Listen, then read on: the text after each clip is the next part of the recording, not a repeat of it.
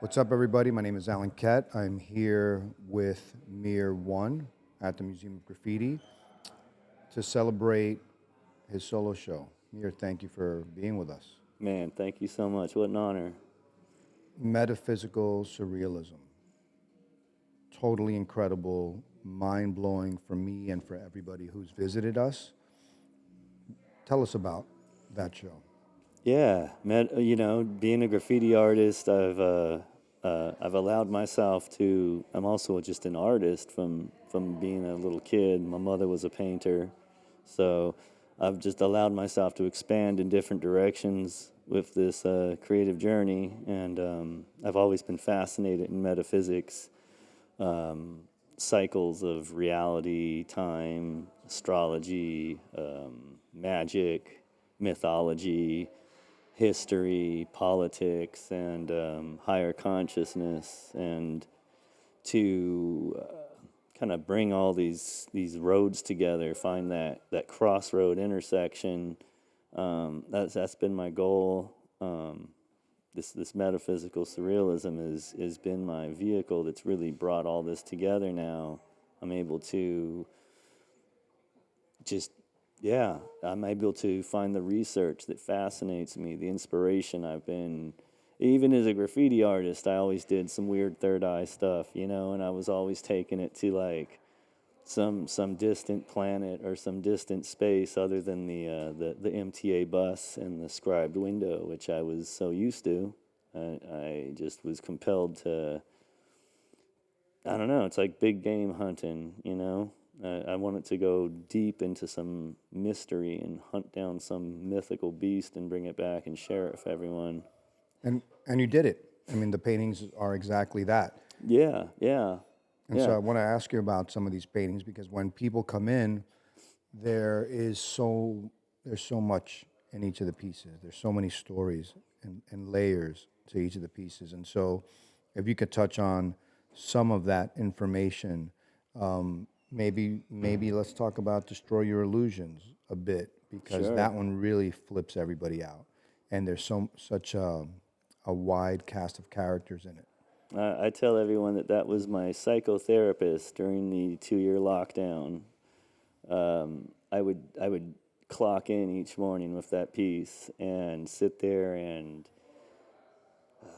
absorb from just searching subject matter stories on these individuals, their likeness, getting their face, getting their personality, but just researching more into them as I was going through this with everyone else, as we all were experiencing a total different reality suddenly, and the anger, the confusion, and also the knowledge that I had remembered from previous that I refused to forget, like 9/11 or the LA riots, or you know whatever, even just digging into the assassination of JFK and all these traumatic experiences that Americans and humans go through. And I, yeah, if I didn't sit down and paint that piece, I would have lost my mind during that whole extravaganza.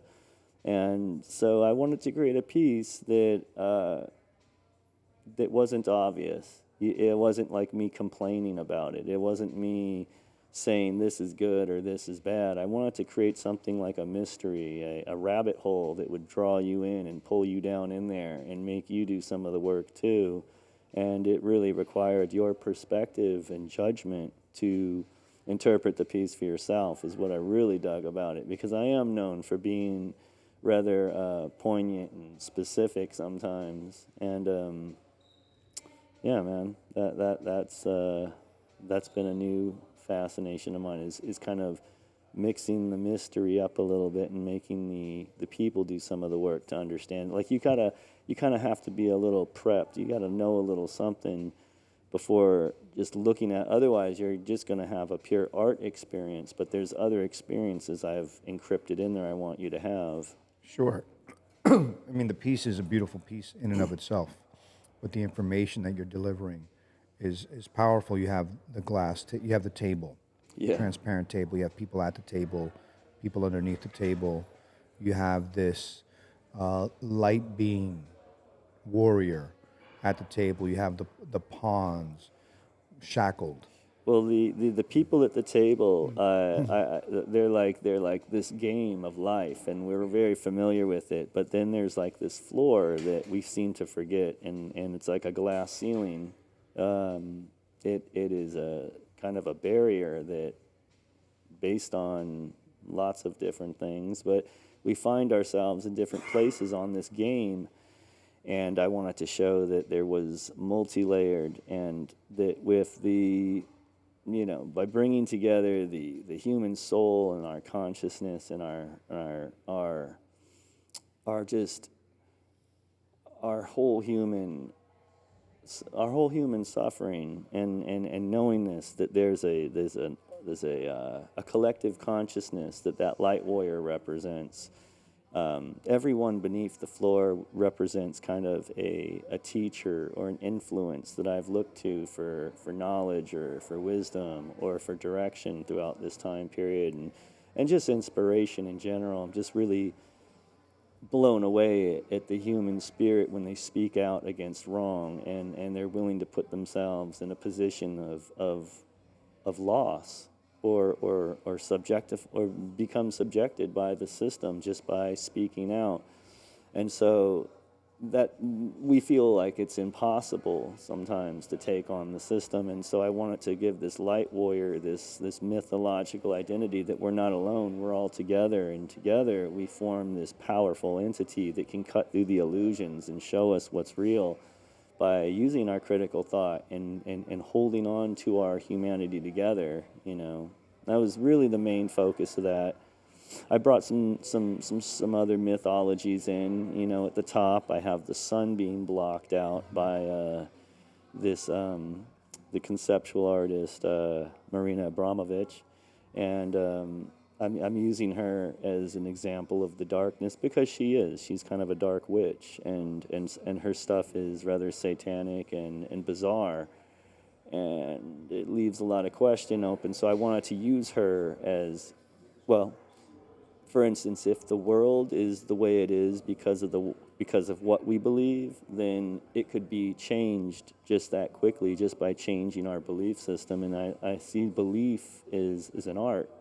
So I used the dark artist, to obscure Greta's vision, so that she only gets half the picture, and she becomes the spokesperson of this other entity. And it's all this encrypted, enfolded, buried kind of messagery that's in here that I'm talking about. And it's also, like I said too, it is also open for that specific piece, especially is open for everyone's interpretation too, because we're all experiencing it together. So I'm really curious what people think about it too, because it was their experience that went through it also. It's incredibly provocative. Yeah. Watching people engage with it, they find it to be humorous at times, and how you present Fauci or the Clintons. Yeah. They find it sort of alarming in how you present Greta as almost not seeing the full picture. Kind of the sacrificial lamb. The sacrificial lamb. And then it's also interesting watching people try to decipher who maybe has positivity, who are these, mentors or thoughtful humans that are maybe good, like Dr. Cornel West, Right. Or Ice Cube. Right. Who's in there. And so it's really, really a great piece to Julian Assange. Julian Assange. And so you stand there, or I stand there, and watch people engage with it and try to figure it out. And it's just a fascinating piece to present, to give yourself this time. I know you mentioned that it was your own therapy, but I think it becomes a bit of that for the viewer as well. Man, I hope so. I think it's fascinating, and so I want to ask you about some of the other ones. And I Yeah. think that there's the newest one, which you just completed on the way here, or actually even here, Yeah. is the cosmic egg. Yeah. What is the cosmic egg?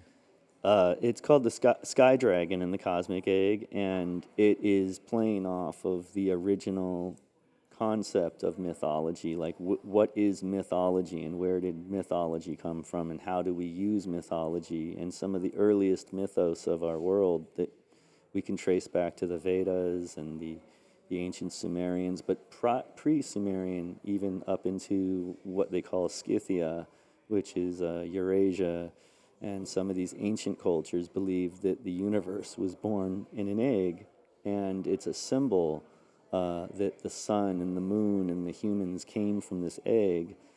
The egg is a symbol of life, and I've used the serpent, which is the symbol of knowledge and wisdom, and also evil or good, depending on how you see it, as the counterpart in this picture, making it a cycle of life. And so the snake is swallowing the egg so that it might rebirth itself again, in a sense. From Quetzalcoatl to Kukulkan to the Chinese dragon to the European dragon to all these forms of dragon all over the planet, this mythological thing has been very real to the ancients, even though to us it's like it's mythology, but it's tied deep into our personal human soul, our kundalini power that lights up our chakra systems, to catastrophes that have happened cyclically around the planet. And many a time the comet that or the meteorite that is the cause of these catastrophes has been associated with this great serpent, the great plumed serpent, the feathered serpent. And it's a visual comparison to see a comet and see the feathered serpent head on it, in a sense. And so understanding how from planets to gods to beings from other realities are all kind of interplaying here, and they're being used with archetypes like Jupiter, Zeus, or Saturn, Kronos, and these characters that are deeply embedded in our human psychology. They've created our world. Our technology comes from these things. Our understanding of fire, water, electricity, the minerals in the earth, and magnetism, and all these things that we use to make lights and cameras and clothes and food, and our lives are made of this stuff. The mythos is buried deep in them already, and that to me is so fascinating that our educational system doesn't really embrace that knowledge any longer. And in fact, they go out of their way to bury it and to eradicate it from our knowledge. Yeah, I think in your paintings, you are sharing all this knowledge that isn't mainstream. It isn't taught in schools. It isn't. You really have to search for it and to sort of find a path to find all these different references you're talking about, from the Vedas, on and on and on and on. And I'm fascinated by your ability to tap into it and move from quote unquote mythology or ancient wisdom, from painting to painting to painting, and sort of revealing this ancient wisdom or this ancient knowledge. And sitting around with or standing around with Doe's Green, looking at your paintings, Love that dude. he was pointing out the source of some of these references. Wow. And he really, I mean, for me and for the average viewer, a lot of it is very coded. And you might think a cloud is just a cloud, but it's not. True. And so I want to ask you about the Younger Dryas and about that painting, because I think that one, along with the other ones, have these different stories and also these different beings Yeah. in it. Can you tell us a little bit about that painting?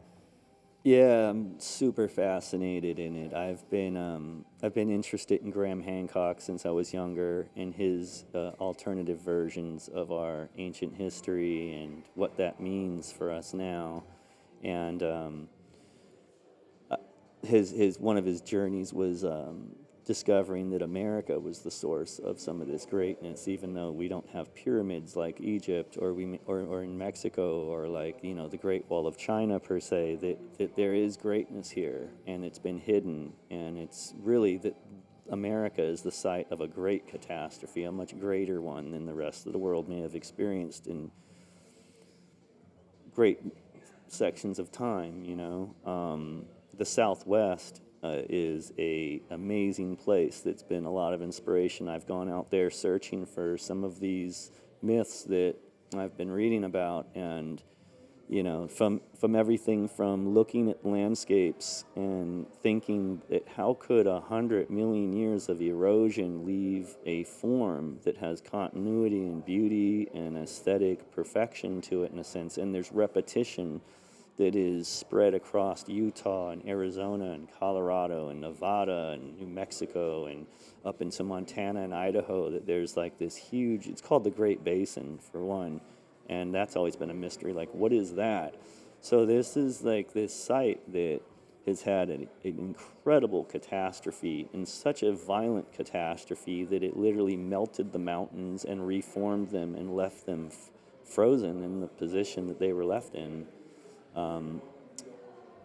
There's traces of human language all over these rocks too. The petroglyphs. It's like 12,000 to several hundred years ago, even this period of time of great mythology and great language scribed into rocks like graffiti. And my original interest was that this is art. I want to go check out the art. Like, this is real artists that were out there creating deep, knowledged artwork in stone. And what I've realized now is that it's bigger than art. It's art, but it's art encrypted with language and knowledge and real factual history that's waiting for us to uncover it through the mythological shroud that it's been in, since we don't speak that language anymore. And in those paintings, you see that. You see the Great Basin. Yeah. Right? You see the petroglyphs that are in there. So we know that you're a researcher. And then you see Graham's theories in there as well. And tell us a little bit about the giants versus the humans in that painting. From famous biblical stories of Gog, or like David and Goliath, or there's so many tales of armies that came to destroy nations, and they brought with them one or half a dozen of these incredibly large, strong people that would be anywhere between 7.5 to 12 feet tall. And that was always, caught up in fairy tale for me as a child that I loved. I was fascinated, but the more I've dug into this, there's evidence all over the planet of that what we look like right now is not who we once were, and that catastrophes bring magnetic change to the world. That magnetic change would affect the size of our bodies based on the way the atmosphere and all this deep physics of how a body remains buoyant or under pressure. Like a dinosaur wouldn't be able to walk down the street right now because the atmosphere is too thin. They would break their hips and fall apart. When the dinosaurs were walking, the air was almost as thick as water. And that sounds unbelievable. It may have been, actually, the world was more of a water world in some ways, but all of these factors are just mind-blowing. They just take us. I mean, you think this is the way the world's always been, and it isn't, and it goes through massive changes, and I feel like we're in that time period right now. We're in another time period where the sun is very active. Our knowledge of the cosmos has really expanded. We're proving to ourselves through the James Webb Telescope that we don't know anything about the universe. All of our theories are completely incorrect suddenly. We're in a, what do they call it? We're in a cosmological crisis right now. So it's a perfect time to do exploration and ask the bigger questions and push the envelope of what's acceptable to believe and talk about. And for those who hold the power of the conversation, it's kind of time for them to relinquish it because they're wrong and they've lied to us. So that's the big exciting inspiration that stems that graffiti artist in me is that like I'm not gonna do what you tell me. I'm gonna learn for myself. I'm not gonna believe what you tell me. I'm gonna inform myself. Or you have a rebel spirit.